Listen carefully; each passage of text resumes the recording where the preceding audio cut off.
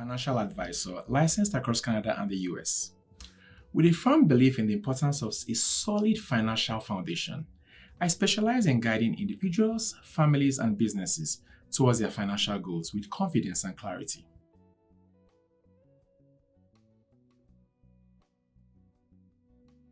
Hi everyone, my name is Victor Eze. I moved to Canada exactly in July 2021, and then I moved with my lovely wife and my two beautiful daughters. Prior to that, I have always been in Nigeria. I studied mechanical engineering back in Nigeria, and I basically started my career, as an oil and gas engineer in one of the biggest oil and gas companies back home in Nigeria. So I started that in 2013, and as you can tell, moving from that kind of life to Canada, what I thought I was going to be doing is always, just continuing from that field and being an engineer. But when I came in here, I think one of the things I realized in Canada is this is the practical case of your career is in your hands, and you can do whatever it is you want to do with it. Coming to Canada, I just realized that I could do whatever it is that I wanted to do. And interestingly, finance has always been something I've been interested in, so it came to me very naturally. And I did a couple of things. I tried my hands on IT. I even got a job in engineering when I came in here. Did that for a couple of years. And interestingly, while I was doing that, I tried to learn finance on the side. And here we are now, doing finance full time, loving it. And for me, my coming in as an immigrant from Nigeria here, it's not been very rosy, right? I've had my ups and downs. When I came in previously, I used to shuttle a lot to go back to Nigeria back and forth because I still had my job, and you could tell there was a whole lot of pressure on me, pressure on family, and all of that. But and I think a whole lot of people have different stories. People have different things that they have dealt with, and for me, it's been quite interesting, and it's really been a journey. Coming to Canada was never the plan from the beginning. For me, I loved what I was doing in Nigeria. I think my family was doing quite great in Nigeria, and that was where I wanted to remain. But then the option of having a second passport, that opportunity to always just up and go and travel wherever you want to go to, is something I've always loved. And being in Nigeria, understanding how sometimes it's difficult to get a visa. So I always felt like having that opportunity was always something that I loved and I wanted to explore. Coming to Canada has never really been the plan for me. I always lived in Nigeria. I think I had a pretty good job. My family was doing quite great in Nigeria, so I didn't. It's not an option that came to me very very naturally. But also on the flip side, I wanted the opportunity to just go wherever I wanted to go to anytime that I definitely wanted to go to. And having a second passport, especially from a country like Canada, will give me that opportunity. So when the opportunity came for us to move to Canada, I won't say I grabbed it 100%, but it was an opportunity that I was like, you know what, let us see what it felt like. In the past, I had traveled to quite a number of countries, but that's basically on vacation. And if you've traveled enough on vacation, you realize that living somewhere is 100% different from just going to visit for a couple of days or a couple of weeks. So when I came here, one thing that stood out very clear was this is a place where you can be anything that you want to be. You can come in here as a doctor and then jump into engineering or go to finance or whatever it is, right? So like I mentioned earlier, always been an engineer. I started my career as far back as 2013. So naturally, I wanted to do something that is related to engineering. So I tried my hands on a number of things. I tried my hands in IT, tried my hands back in engineering, and I got a couple jobs. I did that, and it really was great. But I wanted to be my own person. There's a lot of stories about the Canadian dream, and that's really about having your own time, being flexible, really and of course making as much money as you want to make. And I've done a 9 to 5 for the past decade or so, and I just wanted to do my own thing. And interestingly, I got an opportunity to learn about finance, learn about how money works. And for me, it was just so, you know what, let me learn it, let it be something I potentially would do on the side. But interestingly, the more I learned it, the more I realized that this is amazing. This is something that a lot of people don't know about, because people just come in here, they have their jobs, they do what they want to do. Some are doing 2, 3 jobs, and then the struggle just, it continues.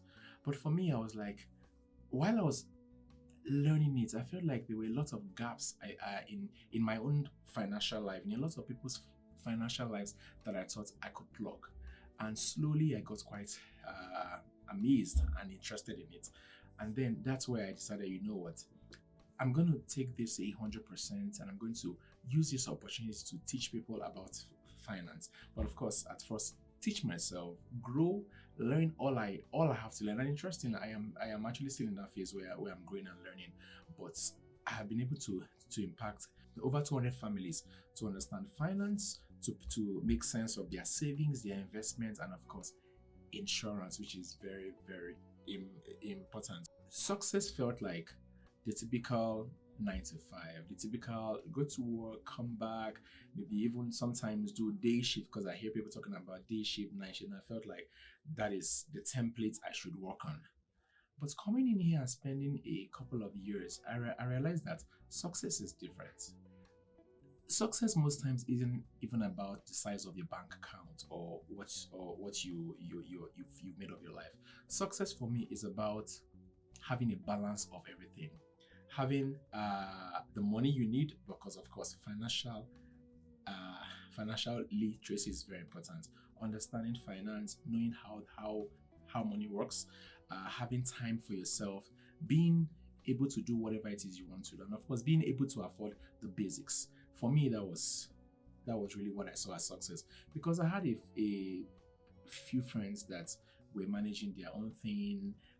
They had time, they were making some good money, and then for me, I was like, if this becomes my life, and I think my kids will be able to I can give them the best things of life while still having time to enjoy those things that I have been able to give them, then for me that is real success. And not just at once, but sustainably. When I came into Canada, I got a full-time job, and every morning, in snow, in the rain, it's hot, whatever it is, I will always head to work. And then, it was quite intense, because as an engineer working in the kind of space I was working, I had to go to the few locations a couple of times.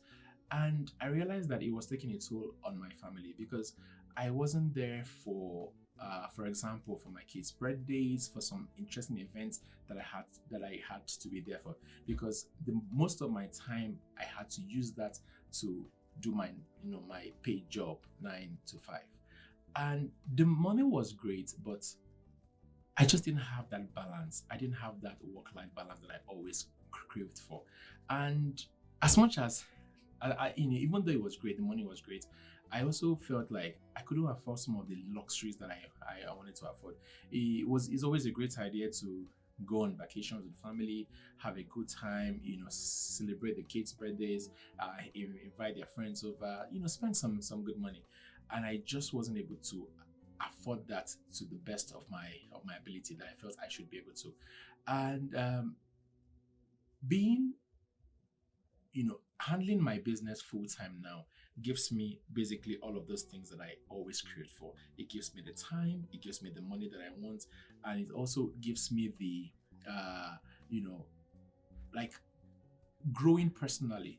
Because there's a difference between, when you're doing your own thing and you're managing your own business, you can put in all the time, the attention to it, and grow something. It feels like a seed you plant, and after a few years, you see how big it is. But for me, it's difficult to get that in a traditional job, because the only thing you get to grow there is your skills and of course all of the things that is basically in you. But it's different basically. Whenever I tell people that, oh, I was moving to Canada. So the question will always be, when you get into the country, what exactly do you want to do? And I always say, my career is in oil and gas. I have done this my entire life. And then I always hear, there was a downturn in the economy at some point. People lost their jobs. And it always made me feel scared, because the question will always be, what if I get into the country and I land a fantastic job, and then a couple months later I get laid off? What happens to my family? And this is a place where the bills come to you every month. If you lose your job, it really doesn't matter, of course, except you have an insurance that can help you. But then it's a tough place to be, because you have bills that always come to meet you. You have kids' school fees, you have groceries. All of those things wouldn't stop. And then that's when I realized that having a single career path might be a tough place to be. And that's why it's always important to upskill yourself. Learn a bunch of things. You can learn how to make hair, you can learn how to barb, you can of course learn finance like I have. And at that point I decided to, I want to learn something that will never go out of fashion. Something that I will always remain relevant.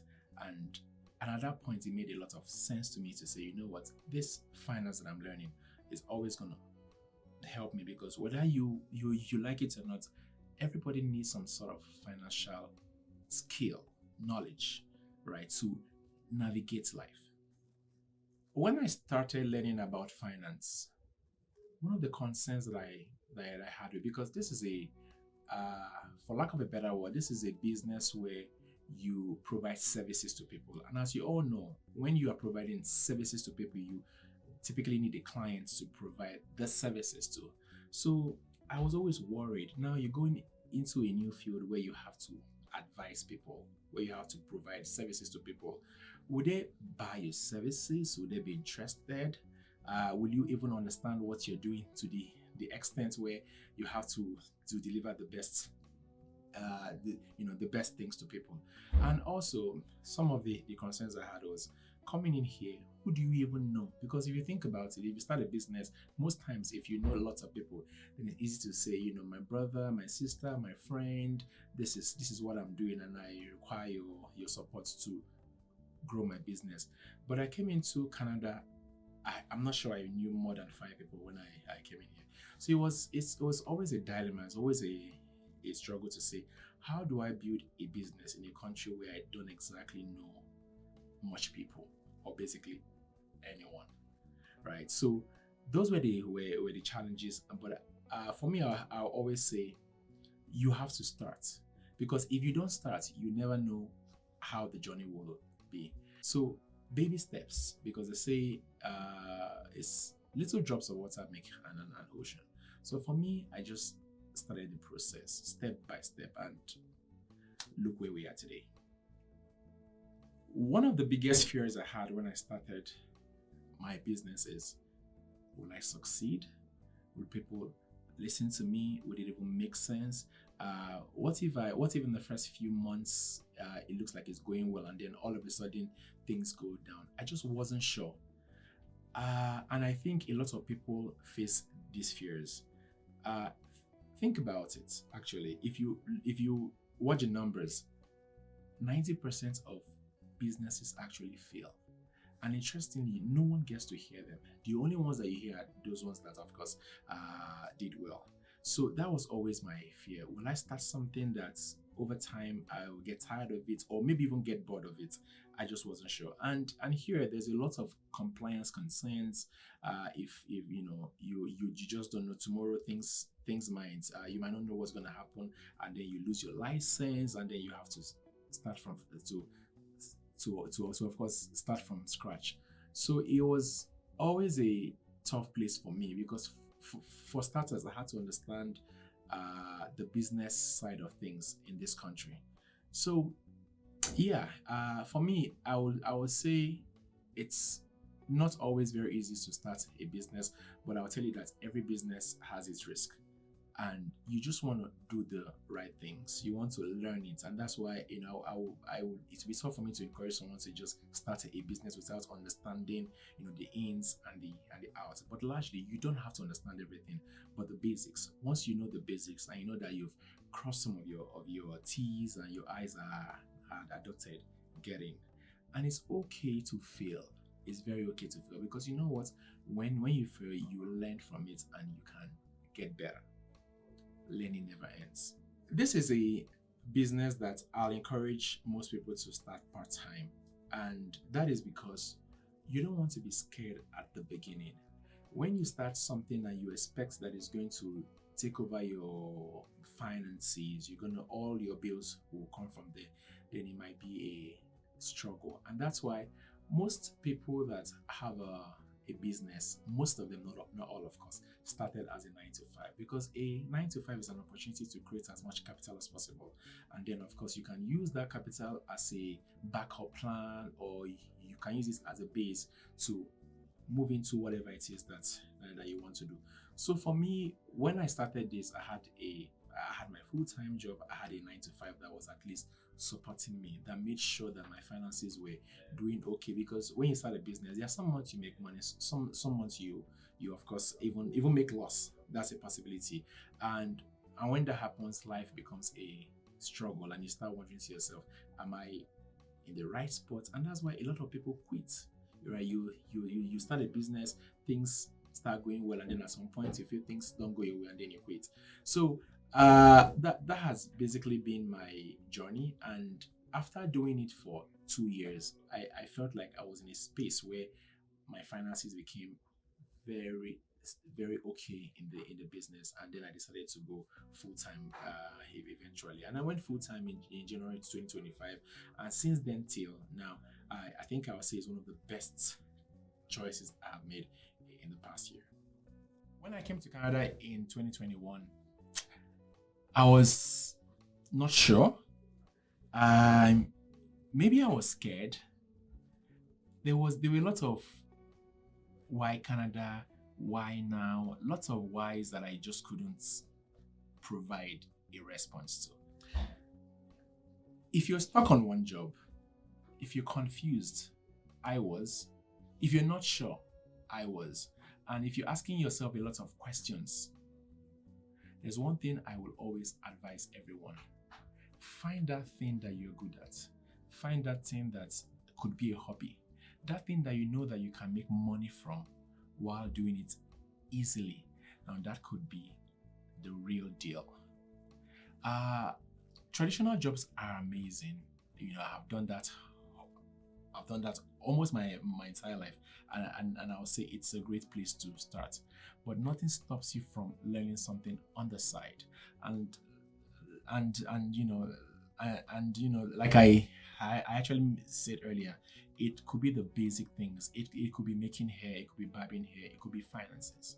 Whatever you think that you can learn, that it can help you have that edge, I'll tell you to learn it now, do it now, because it might be that thing that will eventually sustain you for the future. When I started this journey, I wasn't exactly sure what will happen. I always thought it was gonna be that thing that I have on the side, a side gig that will give you some $500 here and there, $1,000 just to get by. At no point did I think I was gonna do it full time.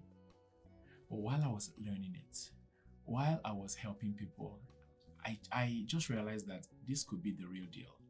And then I gave it my all. I gave it my interest, and of course my time. So that thing that you think it's just very small, that thing you think that you're just building and it might not make sense now, I'll just give you this line. Give it your time, build it. Take your business as your baby, as something that is dear to your heart. Talk to people about it. If it's a service that you render, you can have as many conversations as possible. And for me, I always say no is okay. Even if when I started this business, most of the people that were dear to me, most of the people that I thought if I just tell them about it, they'll be excited about it. The answer was always no, it doesn't make sense, but eventually they came along. My name is Victor Izzy, and I'm a financial advisor licensed across Canada and the US. With a firm belief in the importance of a solid financial foundation, I specialize in guiding individuals, families, and businesses towards their financial goals with confidence and clarity. Now, I also consider myself a financial coach, educator, and guide. I work with multiple and diverse financial institutions and insurance companies to provide the best options and, of course, get the best personalized deals for my clients. My services include, but are not limited to, savings, investment, retirement, and estate planning, insurance, mortgage referrals, and personalized financial needs analysis. So, if you'd like to get in touch for a free consultation, here are my contact details. And let's bring financial literacy to you and, of course, help you achieve financial independence.